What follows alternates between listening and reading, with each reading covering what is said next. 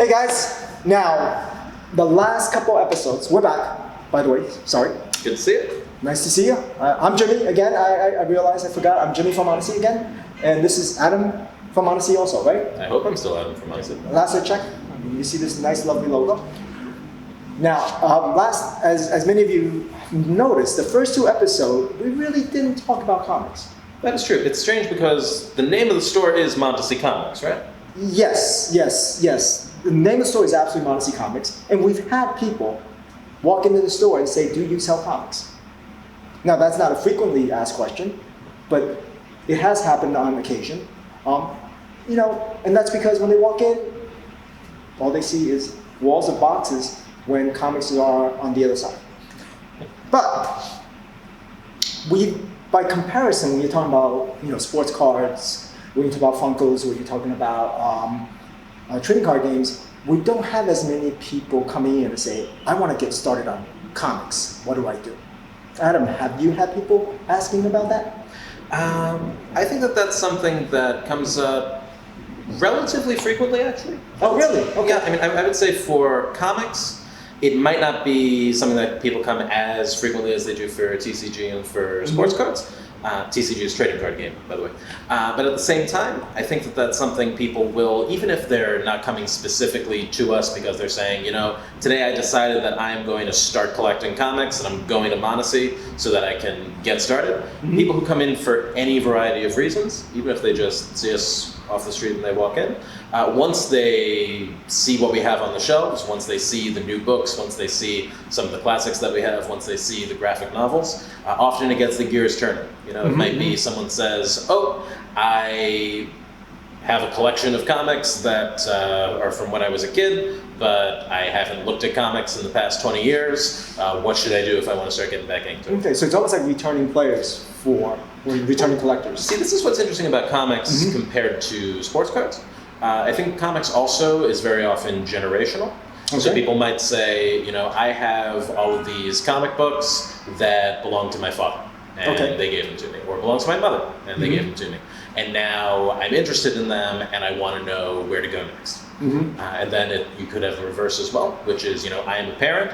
My children are really interested in superheroes. They love watching the Avengers, and they love all the new TV shows. They want to get into comics. What should I get for them? What is your answer then?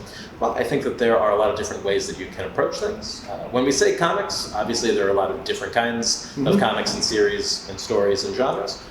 Most of the time, though, we're probably going to be talking about superhero comics from the major publishers, Marvel and DC. There are a lot of other great books out there that receive a lot of critical acclaim and that are really fun and really offbeat, and that could be an entire series unto itself, but it's still a fact that the majority of the comics marketplace and the majority of what comes out is, your Batmans, your Supermans, your Spider-Mans, a lot of mans, your Wonder Womans, your... we got that. Your Avengers. Oh, Batgirl, that's the one that they just started redoing again recently. Yep. But there are a lot of different characters that we all know. Even people who have never picked up a comic book in their life are going to know who these people are.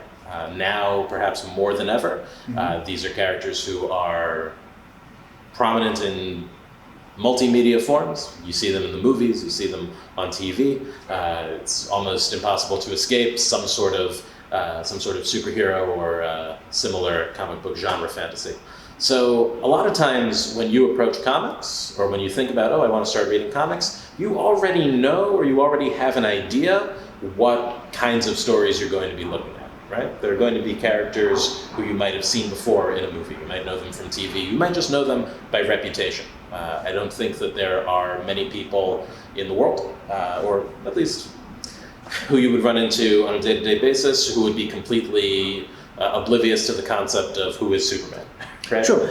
It's a genre thing, but a lot of times that means that it's not a question of, what should I pick up and where should I start? It's, I have an idea, this character looks cool, this series looks cool. Where do I start so that I can pick up on that story? Okay, so in that situation, if we try to do a comparison to other forms of collecting, this is more like It may be character driven. It may be storyline driven. It may be artist driven, right? Yep. That kind of says, I want to collect all Frank Miller. I want to collect all Peach Momoko. But then would you equate that with somebody that comes in and go, I often enjoy these stories, right? Do you then ask or try to go, okay, if you like a story that you see such as Umbrella Academy, this is something that you would like. Yeah, I mean, that is, I think, something like Umbrella Academy, a very popular show that's come out recently. I think that's very easy because that's a direct one-for-one adaptation. Right? So there is a graphic novel of Umbrella Academy.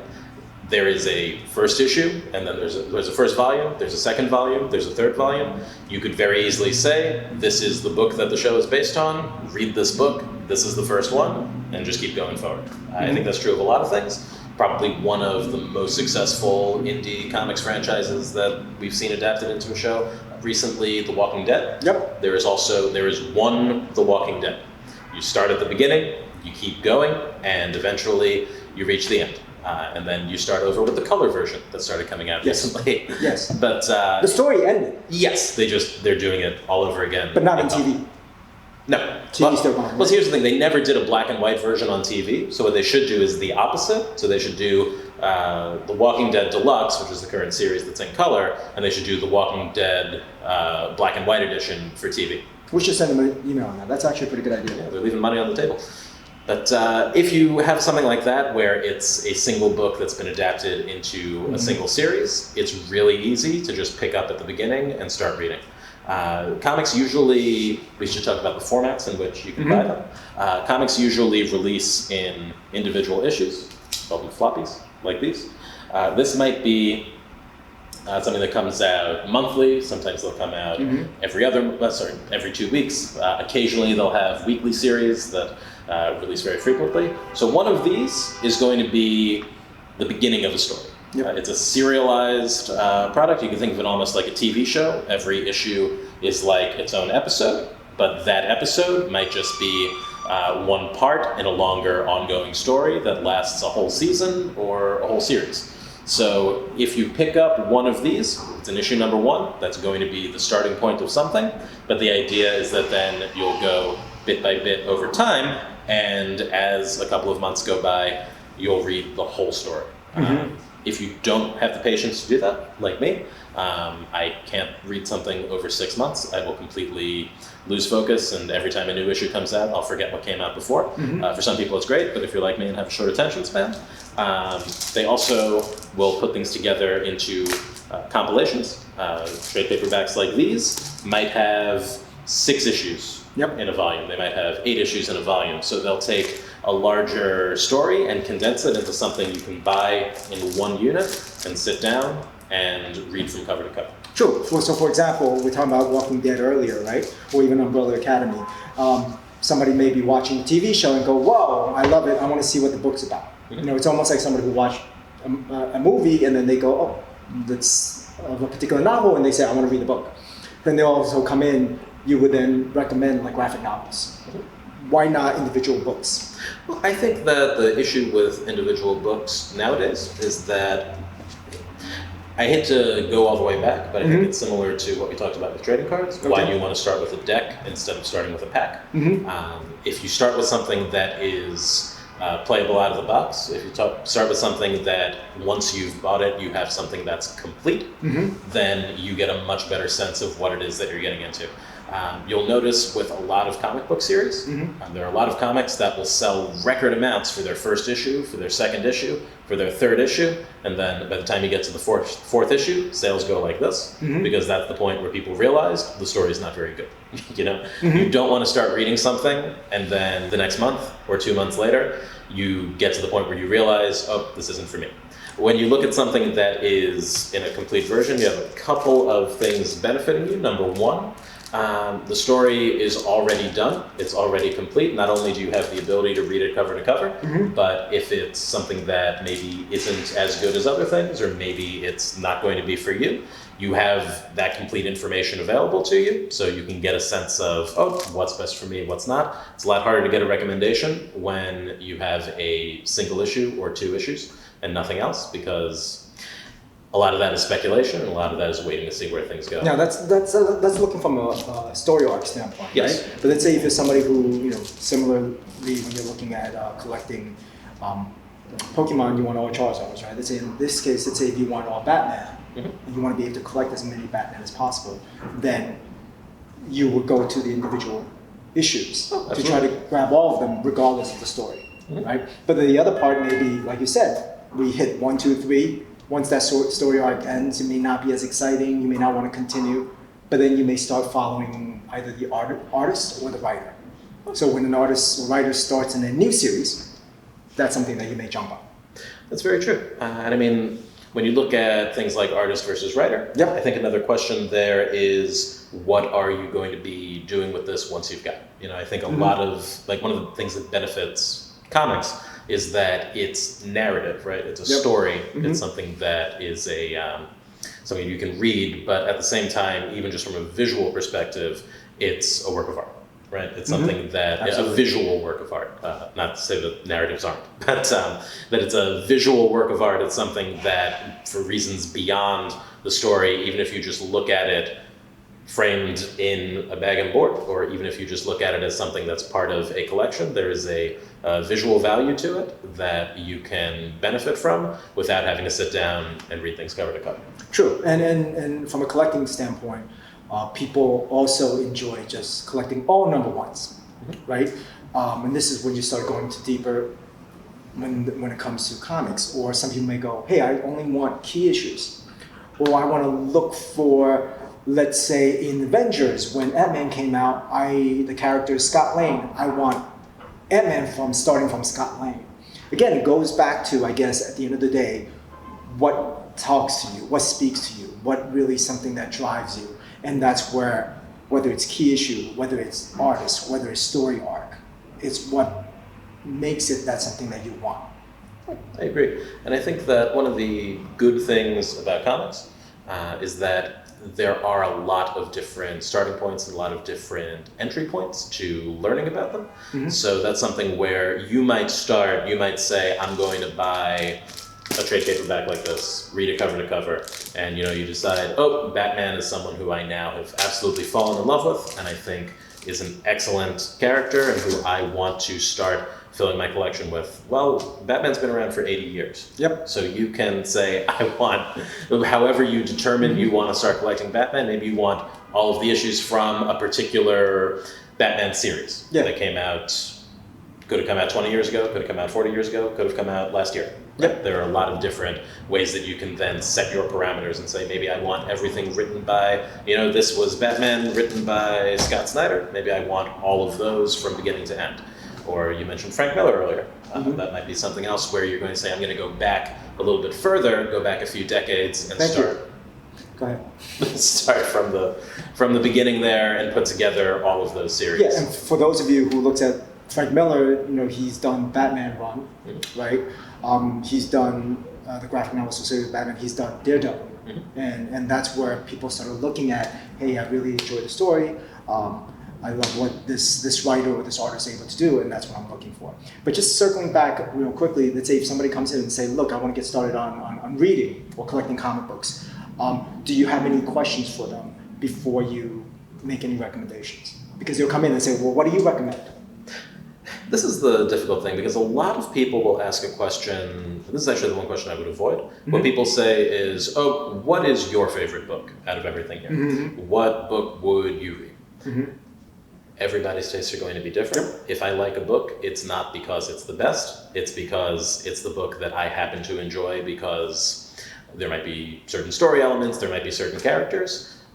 There are a lot of different directions that stories go in. Sometimes you have really big, sweeping adventures that are about characters fighting catastrophic, universe-ending threats. Sometimes you have things that are quiet character studies. And the best thing to figure out, the best way to approach that, I think, is to know what kind of stories you like, and to start looking at, even if you just say, okay, I know that Spider-Man is a character who, from my understanding, I am interested in, and the reason that I am interested in Spider-Man is because I like the idea of, a teenager who gets superpowers and is able to transform his life and learn about the power of responsibility. You know, there are some books that might focus specifically on that aspect of that character. True. And therefore, like a lot of times what I would end up asking them is, what movies, what books did you like?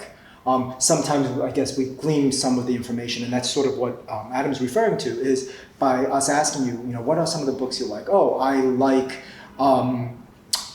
let's say DMZ, or I like Walking Dead, or I like Black Widow, story arc of this that I've read before, or I like the Avenger movies, right? That would allow us to go to hopefully steer you or customers in a direction where maybe they're able to get certain books that they would enjoy themselves, and that alludes to whether it's a Superman related, whether it's something that struggles that certain characters go through, and that allows us to get a better sense of, maybe you want to try this book, but then it could be somebody who comes in and say, look, I just want first appearance of everything. Well, and then we'll do our best to find the first appearance of almost everything. I mean, if they're looking for the first appearance of everything, they've got a lot that they're going to be happy with. Yep. And the only other thing that I would point toward as far as a starting point, and one thing that I think can be a little bit of a challenge for people, I mentioned before that Batman's been around for 80 years. Yep. And part of the reason I'm saying Batman is because I see this Batman book right in front of me, and it's a great example. Sometimes there will be, and that can be a benefit, that you have so many different options that you can explore, but also it can be difficult for someone, or not even difficult, but intimidating for someone who's not that familiar with what they're going to be reading, because so much is an ongoing story. Yeah, right? I mean, there's so much history behind it, right? Yeah, and you could be worried, are there going to be characters and events that I don't know, and am I going to be starting in the middle of a story, and am I going to be able to follow what's going on? But for any character or series that's been around long enough, there are usually specific books and specific titles that are meant to be either a jumping on point or a new way of telling that story, or even just a beginning of a new series. Yep. I think you were mentioning first issues for single comics before are very popular, like as individual number ones. That can extend to storylines as well. Like we've got here, every time that they do, or not even every time, but every 5 years, 10 years, often you'll see new beginnings and foundations with certain characters. They call it a relaunch. A relaunch, yes. So this was in, New 52 was what, 2011? Yeah, something like that. Yeah, 2011, it's like, you have a new Batman series. And that is starting, and you can start from there, and you're generally, without any prior information, going to be able to follow along. But you know what else they did? In here, we've got a couple of books. This includes Batman Year One. Batman Year One, again, this was in, 1980-something. But that's going to be, again, a... Something. 1980-something. That's a year. It's on the calendar. It's nice. Whatever. Batman Year One, that's also a story that's beginning at a starting point. It's not something that's going to be dependent on things that came before. This is actually a little volume that combines that with The Long Halloween, another exciting popular book that just came in. Graphic novels. As Yep. So So if you look at it, what we've pretty much covered is looking at it from a collecting standpoint. There's a lot of areas that and a lot of questions that people ask. We hope to visit them in future episodes just to take a deeper dive into specific segments of the hobby, because it's great, like we talked about a while ago, not a while ago, just the last episode, or 2 episodes ago, that it's a great connector of people. It has so many things to offer everyone, and there's so much more information that's there. And so again, if there anything that we haven't addressed or that you would like to take us to answer a little bit fully, feel free to show us an email. And with that, I think we're done today. All right. So we, I think, are going to start taking a look, maybe reading some of these comics ourselves. We'll see what your questions are, and we'll look forward to seeing you next time. Okay.